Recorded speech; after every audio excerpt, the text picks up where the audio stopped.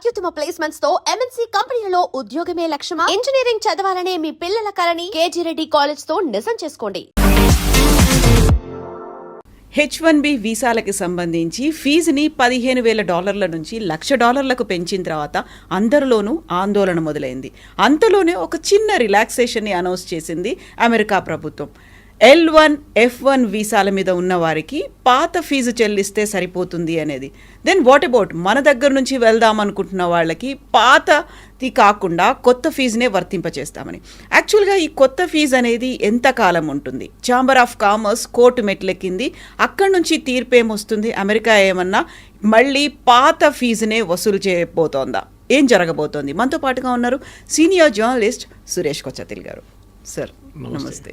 H1B visa అనగానే చాలా ఒక డాలర్ డ్రీమ్స్ కనిపిస్తాయి, మన ఫ్యూచర్ అంతా మన ఎదురుగా కనిపిస్తుంది. సడన్గా అన్ని షార్టర్ అయిపోయాయి. $15,000 కాదు $1,00,000 చేసిన తర్వాత. బట్ ఈరోజు వచ్చినటువంటి చిన్న రిలాక్సేషన్ ఎవరికి ఇస్తున్నారు? క్లారిటీ అనేది కావాలి అంటే ఏం చెప్తారు సార్? ఫస్ట్ ఆఫ్ ఆల్ మనం H1B అనేది మనం అర్థం చేసుకోవాలి ఏంటనేది. H1B వీసా ఒక ఎంప్లాయ్మెంట్ వీసా లాగా చూసుకోవచ్చు మనం. అది ఎందుకు జార్జ్ బుష్ టైంలో తీసుకొచ్చారు, ప్రెసిడెంట్ బుష్ ఉన్నప్పుడు. బేసిక్లీ అమెరికాలో స్కిల్ సెట్స్ లేదు. అట్లాంటి స్కిల్ సెట్ లేనప్పుడు బయట నుంచి మనం తెచ్చుకోవాలని చెప్పి H1B వీసా పెట్టారు. సో ఆర్గ్యూ చేస్తున్నప్పుడు, పెటిషన్ ఇస్తున్నప్పుడు for applying for visa we are arguing that this particular skill ఏదైనా ఉండొచ్చు. For example robotics, high end రోబోటిక్స్లో ఈ స్కిల్లో యూఎస్లో ఎవరు లేరు, విచ్ ఇస్ అబద్ధం. ఉంటారు కానీ కంపెనీలు ఏమంటారు that guy is not good enough. ఎందుకంటే అక్కడ కూడా మంచి కాలేజీలు ఉన్నాయి కదా, మన వాళ్ళు అక్కడే వెళ్ళి చదువుకుంటారు కదా. అక్కడ MITs ఉన్నాయి, అన్నీ ఉన్నాయి. మరి మీరు అంటారు అక్కడ స్కిల్ లేదంటారు. కానీ అప్పుడు ఉండే 1990 they had an issue. In fact the US science foundation అనుకుంటే ఎవరు వాళ్ళకి సర్వే కూడా చేశారు. 160,000 మంది మాకు తక్కువ ఉన్నారు స్టెమ్ ఫీల్డ్లో, science, technology, engineering and maths. బయట నుంచి తీసుకురావాలి. That is how the H1B started. దీంట్లో మనో తప్పు కూడా ఉంది. టెక్నికల్ ఏంటంటే వీఆర్ రీప్లేసింగ్ అన్ అమెరికన్ వర్కర్కి వచ్చే అదే జీతం మన ఎంప్లాయీకి ఇవ్వాలి. ఫర్ ఎగ్జాంపుల్ అమెరికన్ వర్కర్కి $120,000 ఒక సంవత్సరానికి ఇస్తూ కావాలి. US mean is around $80,000 to $100,000 మీకు తెలిసింది యావరేజ్ వేజ్. 120,000 అని పెట్టుకుందాం. అంటే మీరు ఇక్కడి నుంచి మన దేశం నుంచి తీసుకెళ్ళే H1B వర్కర్ని you have to pay the same amount. కానీ చేయరు. 50,000 60,000తో పని నడిపించుకుంటారు. That is the idea behind it. వాళ్ళకి కాస్ట్ తగ్గించాలి, స్కిల్ ఉండాలి ద సేమ్ టైం. ఇది కంటిన్యూ అయినే పోతున్నాయి. Actually it meant for a limited time, కానీ ఇది నాన్ ఎండింగ్గా వెళ్ళిపోయింది అనమాట. ఒక టైంకి వచ్చినప్పుడు ఏమైందంటే ఇప్పుడు ప్రెసిడెంట్ ట్రంప్ ఎలక్షన్ క్యాంపెయిన్లో కూడా మాట్లాడుతున్నప్పుడు ఇదే అన్నారు, మా అమెరికన్ ఎంప్లాయీస్కి, మా అమెరికన్ స్టూడెంట్స్కి వాళ్ళు చదువుకున్న తర్వాత వాళ్ళకి ఉద్యోగం రావట్లేదు, మా దగ్గర పనిచేసే ఎక్స్పీరియన్స్ ఉన్న వాళ్ళకు కూడా ఉద్యోగం రావట్లేదు. అంటే వాళ్ళకి ఎందుకు ఇట్లా ఉద్యోగం దొరకలేదు? దాని మెయిన్ రీజన్ ఇస్ బయట నుంచి ఎంప్లాయీస్ని తీసుకొస్తున్నారు, భారతదేశం నుంచి, చైనా నుంచి, మిగతా దేశాన్ని తీసుకొస్తున్నారు. మా వాళ్ళకేమో ఉద్యోగం లేదు. So it's a genuine cost, దాంట్లో డౌట్ ఏం లేదు. ఎందుకంటే మీరు ఒరిజినల్ H1B ఫిలాసఫీ మీద చూస్తే మనం తప్పులు చాలా, మనమని కాదు తీసుకెళ్తున్న కంపెనీలు కూడా. దీనికన్నా ముందు కూడా కవిత గారు నేను చెప్పాను, టాప్ 10 2025లో H1B, ఎందుకంటే ఇప్పుడు H1B లేదు, నెక్స్ట్ స్ప్రింగ్లో వస్తుంది, 2026లోనే ఉంది నెక్స్ట్ స్లాట్. ఈ 2025లో అప్లై చేసి వీసా వచ్చిన వాళ్ళకి చూస్తే టాప్ 10 కంపెనీస్లో ఒకటే ఇండియన్ కంపెనీ ఉంది, TCS అట్ నెంబర్ 3. మిగతా కంపెనీలు 8 కంపెనీలు సాఫ్ట్వేర్ కంపెనీ, అంటే 7 కంపెనీలు software including TCS. Last 2 companies are retail companies, target and Walmart. వాళ్ళైతే IT ఇంజనీర్లు తీసుకురారు కదా, వాళ్ళకి కావాల్సింది ఏమిటంటే మేనేజర్స్ లాంటి వాళ్ళు కావాలి వాళ్ళకి.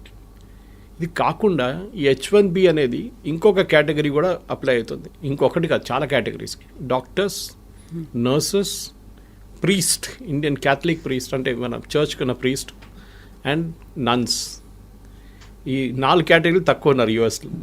సో వాళ్ళు ఏం చేశారంటే ఇక్కడి నుంచి తీసుకెళ్లారన్నమాట, మన దేశం తీసుకెళ్ళినప్పుడు I think around 2,000 somewhere there is a problem. జల్దీ ఖతం అయిపోతుండే H1B ఇంతమంది తీసుకెళ్తున్నప్పుడు, కోటా అయిపోతుండే.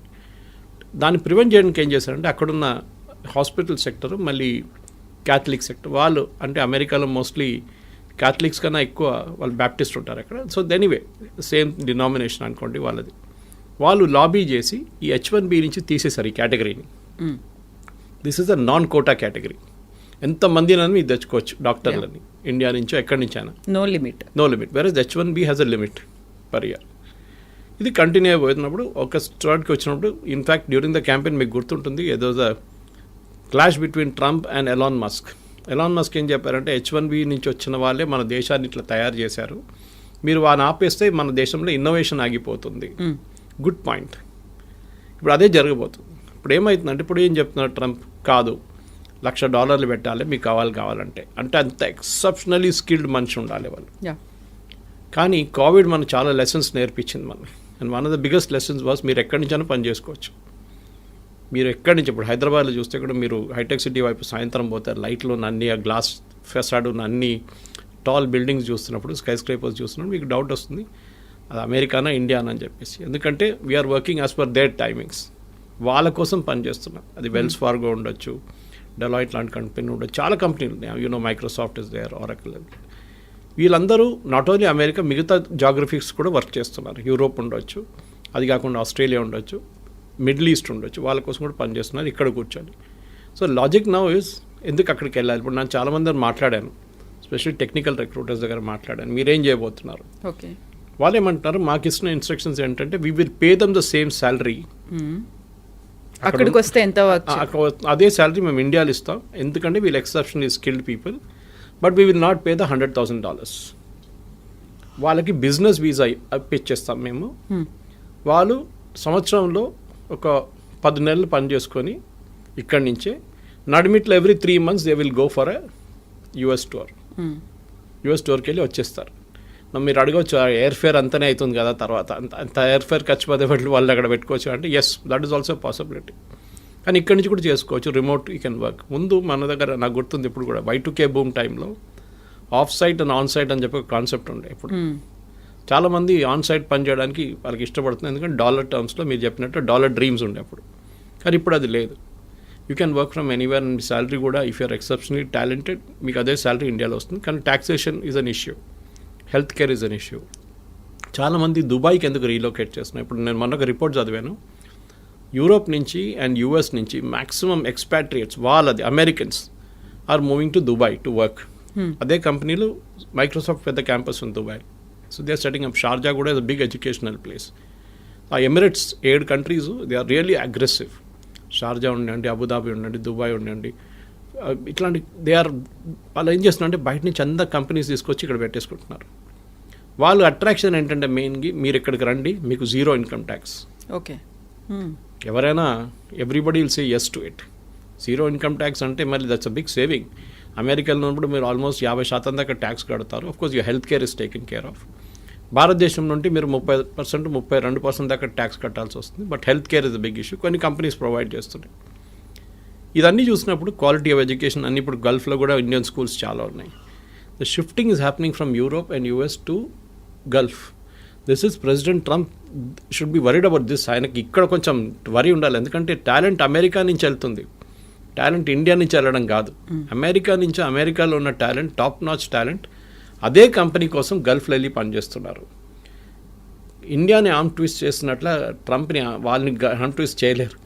రేపు యూఏఈకి చెప్పలేరు, మేము మీ మీద 50% టారిఫ్ పెట్టేస్తున్నాం, మీరందరూ మమ్మల్ని తీసుకెళ్ళిపోతున్నాం మా ఎంప్లాయీస్ని.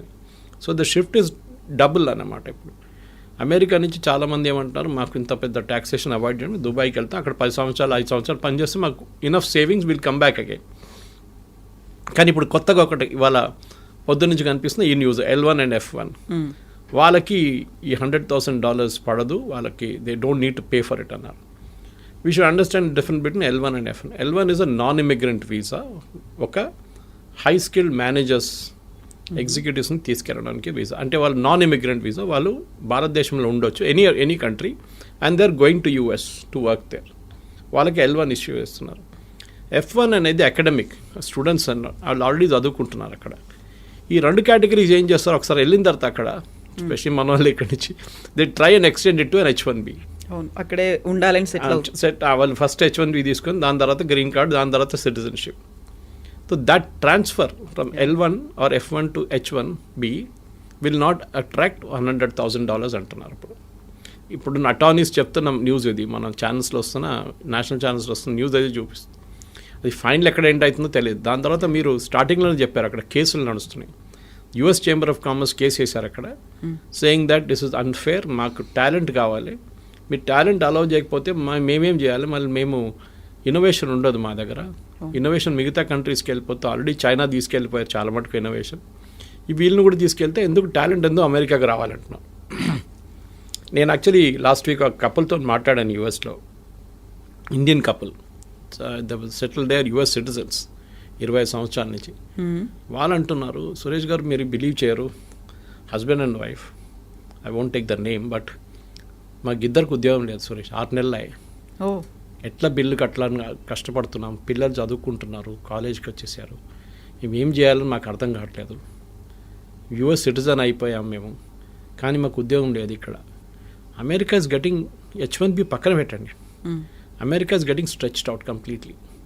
మొన్న కూడా ఒక అమెరికన్ సెనేటర్ అన్న, the problem is we're out priced in the market, completely out priced. ఇప్పుడు నేను చెప్పే ఎగ్జాంపుల్ మీకు చాలాసార్లు చెప్పాను, plumber cost more than the tap. ఇది ప్రాబ్లం అమెరికాస్. మీరు ఏ ఫోన్ ఇప్పుడు కూడా చూడండి, last month also iPhones maximum India నుంచి ఎక్స్పోర్ట్ చేసింది యూఎస్కి వితౌట్ టారిఫ్.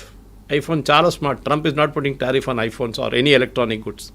ఐటీ మీద లేదు, ఫార్మస్యూటికల్స్ మీద లేదు, అండ్ ఆన్ ఎలక్ట్రానిక్ గుడ్స్. ఫార్మస్యూటికల్స్లో మీకు మనకు తెలిసిందే generic, we're not talking of patent drugs. Patent అంతా యూరోప్ నుంచి వస్తుంది, మన దగ్గర నుంచి వెళ్ళి జనరిక్ 95%, సో నాట్ ఇంపాక్టెడ్. ఇవాళ ఇంకో రిపోర్ట్ పొద్దున్న నేను చదివాను టెక్స్టైల్స్ గురించి, it was by an international public, I think it is McKinsey. వాళ్ళు ఏమంటున్నారు అంటే ఇండియన్స్ ఎంత మంచిగా అడ్జస్ట్ చేసుకున్నారంటే, Bangladesh got a cheaper cloth because వాళ్ళకి 15% వేశారు, భారతదేశానికి 50% వేశారు. In spite of that India has invented new markets in Europe. మన లాస్ట్ 2 months ఎక్స్పోర్ట్స్ మీరు చూస్తే August and September our exports have gone up to Europe and other places. మొత్తం as a basket of exports it has gone up. To Europe it has gone up more అన్నమాట. So వీళ్ళేమంటున్నారు, మా father generation నుంచి, there one కంపెనీగా in Tiruppur talking about this, మా father grand father generation నుంచి US అని చెప్పి అక్కడ టార్గెట్ కానివ్వండి, వీళ్ళ మిగతా రీటైల్ చైన్స్ వీళ్ళ దగ్గర నడుస్తుంటుంది, మేము ఎక్కడికి చూడలేదు మార్కెట్ బయట అని చెప్పేసి. Now we're looking at newer markets and the struggle is different. ఎందుకంటే వాళ్ళ క్వాలిటీ, వాళ్ళ దాంట్లో అడ్జస్ట్ చేయడం, వాళ్ళ దాంట్లో అడ్జస్ట్ అయిపోయారు వీళ్ళు. వాల్మార్ట్ కానీ టార్గెట్ కానీ మిగతా అన్ని చైన్స్ ఉన్నాయి కదా అక్కడ, they all got use to it. Now suddenly they adjusting to new market అన్నమాట. సో మన దగ్గర ఉన్న F1 ఇప్పుడు H1B అప్లై చేసే ఎంప్లాయీస్ కానివ్వండి, మోస్ట్ ఆఫ్ దట్ పిల్లలకి, ఇక్కడ అన్నిటికంటే డేంజరస్ ప్రాబ్లం ఎక్కడ వస్తుందంటే ఎడ్యుకేషన్ కోసం వెళ్ళే పిల్లల కోసం స్కాలర్షిప్ వచ్చి వీసా డినై చేసిన కేసులు ఉన్నాయి చాలా మటుకు. I met one doctor recently, young kid, Gandhi Osmania నుంచి పాస్ అవుట్ అయ్యి షీ వాజ్ వర్కింగ్ అండ్ ఆమెకి ఫుల్ స్కాలర్షిప్ వచ్చింది MS కోసం, కానీ she couldn't go, visa reject చేసేసారంట. ఇక్కడ చెప్పాల్సింది ఏంటంటే మెయిన్గా వీసా ఎందుకు రిజెక్ట్ చేస్తున్నారు, ఒకటి నో రీజన్, ఏ రీజన్ కూడా చెప్పట్లేదు, వాళ్ళ రీజన్ ఇస్తున్నారు, that reason is very very obscure. Second, మీ సోషల్ మీడియా హ్యాబిట్స్ చెక్ చేస్తున్నారు వాళ్ళు, ఫుట్ ప్రింట్స్ ఏమున్నాయి డిజిటల్, మీరు డిలీట్ చేస్తే కూడా వాళ్ళు పట్టుకుంటారు. డిలీట్ చేయడం ఇంకా dangerous. If it is still there you can still argue, నేను అది కొంచెం ఎమోషనల్గా రాశాను అది ఇది అని చెప్పి. కానీ మీరు ఈ లెఫ్టిస్ట్ ఐడియాలజీస్, ఈ వోక్ కల్చర్, LGBT రైట్స్, దీని గురించి ఎక్కువ రాయడము, సపోర్ట్ చేయడం, హ్యూమన్ రైట్స్ గురించి, ఇమిగ్రేషన్ పాలసీ గురించి రాయకండి మీ సోషల్ మీడియా హ్యాండిల్స్లో. నాలాంటి వాళ్ళకి ప్రాబ్లం లేదు, I have no dream of going to US, but still యంగ్స్టర్స్కి ఇది ఉన్న చాలామందికి ఉన్నా, నాకు ఆ కల్చర్ కూడా లేదు, I'm more of a rightist than leftist. కానీ వాళ్ళు చాలా చాలా కేర్ఫుల్ ఉండాలి. ఇక్కడ ఉన్నప్పుడు పిచ్చోన్లాగా వెళ్ళి ఏదో స్పీచ్లు ఇవ్వడము, లేకుంటే రాయడము, దాంట్లో ఫోటోలు పెట్టడము, ప్రొటెస్ట్ చేయడం, it will impact your, unless you're not plan to go to US, it will definitely impact. So 3 లెవెల్లు చూడాలి కవిత గారు మీరు అడిగిన ప్రశ్నకి. ఒకటి L1 F1 మనం మాట్లాడుకున్నాం. Second, H1B itself, what will be the next step, legal and otherwise. Conversion from L1 F1 to H1B, అది కూడా మనం చూసాం. 4వది ఏంటంటే డెఫినెట్గా what are the options for people who are not getting an H1B, which is basically staying back in India. 5వది ఇంకో ఇది కూడా చెప్తున్నారు, మెక్సికోలో, కెనడాలో వీళ్ళు కూర్చోబెడదాం, అక్కడ ఒక యూనిట్ స్టార్ట్ చేద్దాం. ఫర్ ఎగ్జాంపుల్ IT కంపెనీ వాళ్ళు మెక్సికోలో స్టార్ట్ చేస్తారు, it can be a Wipro or TCS or Infosys. అక్కడి నుంచి US ట్రావెల్ చేయడం చాలా దగ్గర. కెనడా నుంచి కూడా అంతే, కెనడా నుంచి can even drive down if you want. So మీరేం చేస్తారు, అక్కడ 3 నెలలకి మీరు వెళ్ళి USలో మీటింగ్ అటెండ్ చేసి వచ్చేస్తారు. You can be working from Mexico without attracting $100,000. So benefit అందరికీ ఉంది ఎక్సెప్ట్ ఫర్ యూఎస్కి పెద్ద లాస్ కాబోతుంది ఇప్పుడు కాదు, షార్ట్ టర్మ్ లాంగ్ టర్మ్లో. వాళ్ళ ఎంప్లాయీస్కి ఉద్యోగం వస్తుంది, అది రాదు. ఎందుకంటే కంపెనీస్ అన్నీ ఏం చూస్తున్నారు కవిత గారు అంటే హౌ టు ప్రాఫిట్. మాకు ఎక్కువ లాభాలు కావాలి, ఎందుకంటే మా షేర్ హోల్డర్స్కి మేము ట్రంప్ చెప్పిన మాట వింటే మేము మొత్తం మునిగిపోతాం. We have to create our own kind of level of playing field అన్నమాట.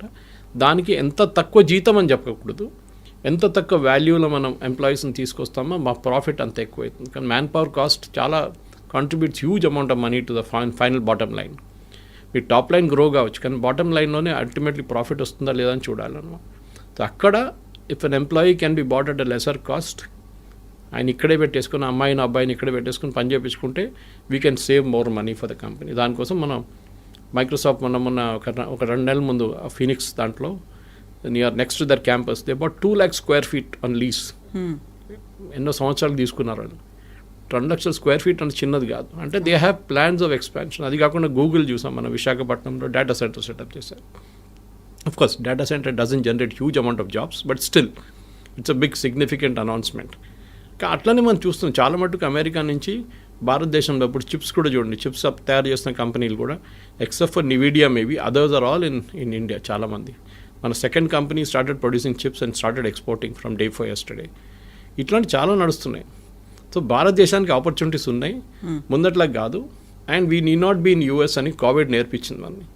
Work from anywhere, work from home or work from anywhere.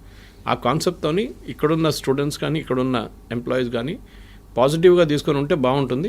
తర్వాత సిచ్యువేషన్ మారచ్చు, court can give a decision. But Trump has an executive power. ఒక ప్రెసిడెంట్కి, US ప్రెసిడెంట్కి ఒక executive power ఉంది. ఏ court ఇచ్చినా కానీ, ఏ నిర్ణయం వచ్చినా కానీ యూఎస్ ప్రెసిడెంట్కి at the port where you enter US ఒక ఫీజు వేయడానికి అమెరికన్ ప్రెసిడెంట్కి అథారిటీ ఉంది. ఇదంతా పోతే కూడా ఆయన కొత్త ఫీజు వేస్తాడు. ఇప్పుడు ఈ 100,000 is the fees for entering US అని చెప్తారు.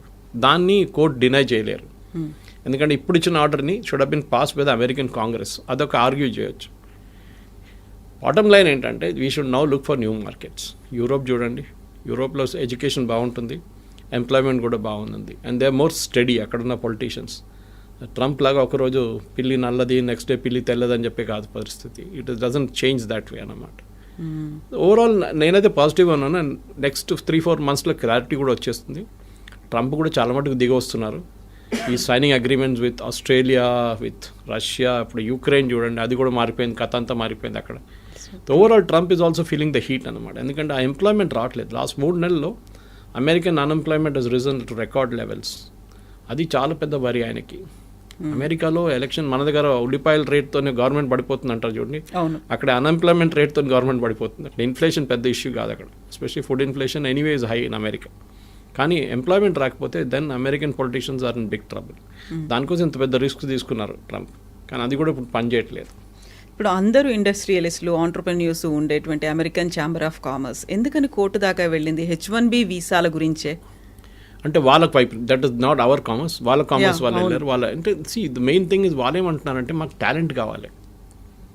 అమెరికాలో ఇంత మటుకు ప్రోడక్ట్స్ సర్వీస్ తయారు చేసిందంటే బికాజ్ లాట్ కంట్రిబ్యూషన్ ఇండియన్స్ ఉంది, చైనీస్ కూడా ఉంది, ఇండియన్. కానీ చైనీస్ ఒకటి ఉంది, వాళ్ళు నేర్చుకొని వాళ్ళు రిటర్న్ వెళ్ళిపోతారు వాళ్ళ కంట్రీకి. క్వైట్ ఆఫెన్ స్పైయింగ్ చేస్తారని చెప్తారు Americans, which might be possible. Chinese copy కొట్టడంలో ఎక్స్పర్ట్స్. వాళ్ళకి ఒక ప్రోడక్ట్ ఇచ్చి మీరు ఈ ఫోన్ ఉంది ఇట్లా తయారు చేయండి అంటే వాడు తయారు చేసిస్తాడు మీకు. మళ్ళీ they are experts in that business. అట్లనే ఎనీ ఫైటర్ ఎయిర్క్రాఫ్ట్ కానివ్వండి, మీరు చిప్ ఇచ్చేస్తే వాళ్ళు చేసుకుంటారు. ఇప్పుడు చూడండి నివిడియా చిప్స్ అక్కడ ఎక్స్పోర్ట్ చేయనట్లేదు. Yesterday Nvidia chairman gave a statement saying that మాకు చైనీస్ సేల్స్ పడిపోయి 0కి వచ్చేసింది. It will impact our bottom line. మా ప్రాఫిట్స్ ఇంపాక్ట్ అవుతుంది డెఫినెట్గా. మాకు సేల్స్ లేదు చైనాలో, ఎందుకంటే బ్యాన్ చేసి పడేశారు ట్రంప్. అక్కడికి అమ్మితే వాళ్ళు తయారు చేసుకుంటారు పెద్ద పెద్ద ప్రోడక్ట్లు, మీరు అమ్మకూడదు అని చెప్పి బ్యాన్ పెట్టారు. ఇది అంతా బ్యాక్ఫైర్ అవుతుంది. మన దగ్గర ప్రాబ్లం ఏంటంటే ఇండియాలో మనం ప్రోడక్ట్స్ తయారు చేయట్లేదు, మనం సర్వీసెస్లో ఎక్స్పర్ట్. ఐటీలో మనం ఇవాళ దాకా బహుశా ఒక జోహో పక్కన పెడితే, లేకుంటే ఒక టాలీని పక్కన పెడితే, ఫినకల్ ఆఫ్ ఇన్ఫోసిస్ పక్కన పెడితే, మిగతా మనం we haven't made any hardware products. ఒక బడ్స్ కానివ్వండి, మిగతా ఏదైనా కానివ్వండి, ఐపాడ్ అండ్ ఐప్యాడ్ లాంటి products we are not done it. మన వైపు నుంచి అదే ఎంకరేజ్ చేయాలి. That is other day also Ashwini Vaishnaw గారు మాట్లాడుతూ పోయిన వారమే చెప్పే ఈ మాట. We should have more youngsters developing products, not services.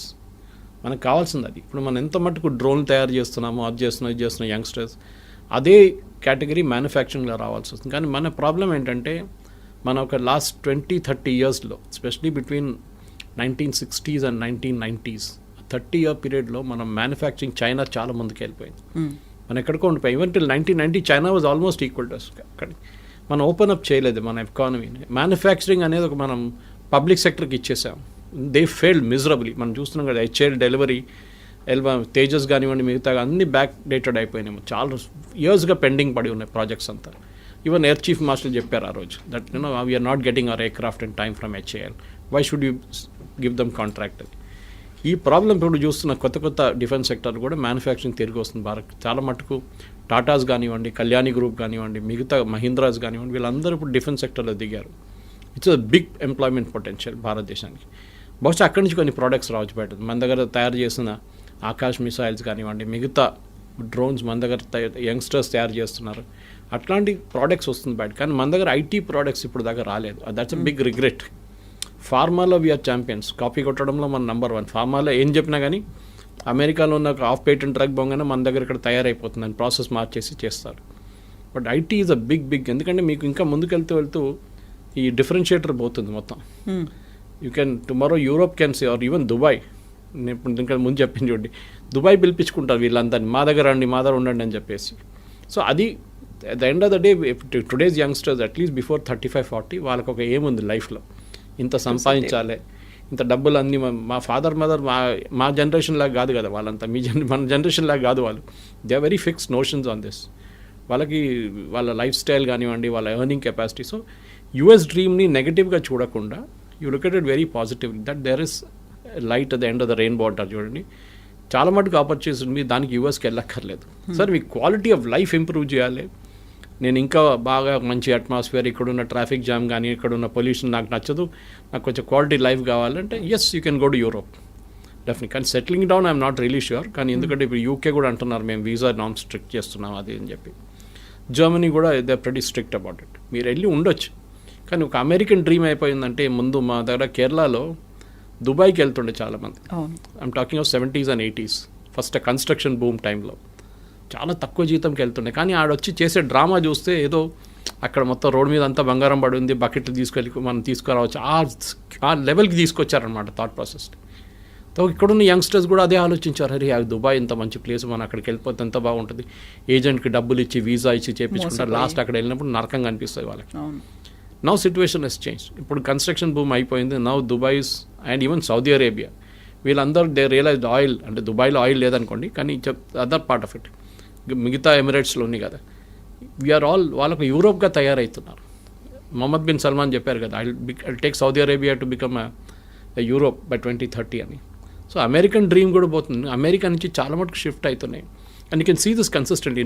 New York Times subscribe చేశాను నేను, I read it every day. ఎన్ని బిజినెస్ షిఫ్ట్ అయిపోతున్నారంటే అమెరికా నుంచి చైనా మ్యానుఫ్యాక్చరింగ్ మొత్తం తీసుకెళ్ళిపోయింది. దాని తర్వాత కూడా వీళ్ళు కార్లు అక్కడి నుంచి మళ్ళీ ఇప్పుడు అమెరికాకి ఇంపోర్ట్ చేసి అమెరికాకి ఎక్స్పోర్ట్ చేసి బీవాడీ లాంటి కంపెనీ కార్లు అమ్ముకుంటున్నారు. They selling cars in Europe. ఎందుకంటే వాళ్ళకి ఇన్పుట్ సబ్సిడీ చాలా హెవీ ఉంది. చైనా ల్యాండ్ ఫ్రీ ఇస్తారు, మీకు పవర్ చాలా తక్కువ రేట్లో ఉంటుంది. చాలా చైనీస్ గవర్నమెంట్ చాలా ఎంకరేజ్ చేస్తారు ఇండస్ట్రీని. అండ్ వాళ్ళకు కూడా ఒక లాంగ్ టర్మ్ గేమ్ ప్లాన్ ఉంది. మన దగ్గర అది లేకుంటే, కానీ I think time has now come. H1B కానివ్వండి, L1, F1 గురించి మాట్లాడితే అది కాకుండా ప్రొఫెషనల్స్ కూడా మన దగ్గర చాలామంది ఉన్నారు. మెడికల్ ప్రొఫెషనల్, డాక్టర్స్ కానీ నర్సెస్ కానీ. కేరళ నుంచి nurses are heavy demand in US, యూరోప్లో కూడా అంతే. So they are all travelling there. నేను చెప్పాను చూడండి, ప్రీస్ట్ అక్కడ చర్చ్లో ప్రీస్ట్ లేరు, ఇక్కడి నుంచి తీసుకెళ్తున్నారు మన దగ్గర నుంచి. నన్స్ని తీసుకెళ్తున్నారు ఇక్కడి నుంచి. గుడ్ థింగ్, ఎక్స్పోర్ట్ చేయండి, మన మ్యాన్ పవర్ని ఎక్స్పోర్ట్ చేయాల్సింది. కానీ ఐటీ అని చెప్పి ఒక పిచ్చి పట్టేసి మనకు లాస్ట్ 10-15 ఇయర్స్లో వన్ వే నేను చూస్తే అది గుడ్. ఒక టెంపర్ డౌన్ అవుతుంది.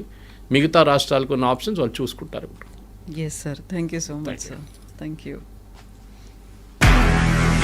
నిజంగా ప్రస్తుతం ఉన్నటువంటి సమాజం దేనికి ప్రయారిటీ ఇస్తుంది? ఆర్థిక సంబంధాల చుట్టూ మాత్రమే తిరుగుతోంది. మళ్ళీ ఎన్నికలంగానే చాలా విరక్తి కలుగుతాం. మంచి అనిపిస్తుంది కదా, లేడీస్ కూడా ఛాలెంజింగ్ జాబ్స్ చేసినప్పుడు చాలా బాగుంటది. ట్రాఫిక్ అసిస్టెంట్స్ గా నియమించిన ట్రాన్స్జెండర్స్ అందరితో సాల్యూట్ చేయించుకుంటున్నారు. ఫుడ్ డెలివరీ ఇవ్వటానికి వెళ్ళినటువంటి డెలివరీ బాయ్ అనిల్ పై కళ్ళ ముందు